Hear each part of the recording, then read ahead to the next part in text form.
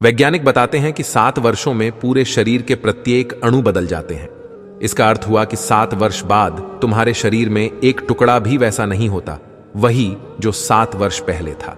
इस प्रकार 70 वर्ष जो आदमी जीता है उसका पूरा शरीर 10 बार बदल जाता है, पूरा का पूरा बदल जाता है और अपने मरे हुए हिस्सों को बाहर फेंकता रहता है। शरीर अपने मुर्दा अणुओं को बालों के रूप में, नाखूनों के रूप में, पसीने के रूप में, मल के रूप में बाहर फेंक रहा है।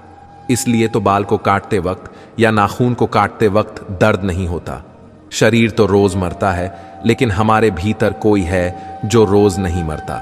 हमारे भीतर कोई है जिसकी स्मृति स्थायी है, लेकिन उसे जाना पहचाना जा सकता है। शांत क्षणों में भीतर जाकर उसे देखा जा सकता है। और जब यह दिखाई पड़ेगा तो तुम्हें झांत होगा कि मेरी आत्मा तो शरीर से अलग है। और एक दिन तुम्हें यह भी झांत होगा कि मेरा शरीर तो मरेगा, लेकिन आत्मा नहीं मरेगी।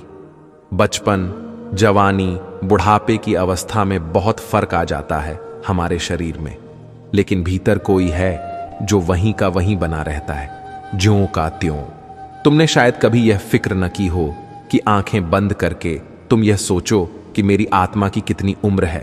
अगर तुम आंखें बंद करके सोचोगे कि मेरी आत्मा की कितनी उम्र है, अगर तुम आंखें बंद करके सोचोगे तो भी तुम्हें वहां आत्मा की कोई उम्र पता नहीं चलेगी। 10 साल, 20 साल, 30 साल के बाद भी एक सा ही लगेगा और मरते वक्त भी वैसा ही लगेगा। भीतर कोई उम्र नहीं है, सब उम्र शरीर की होती है।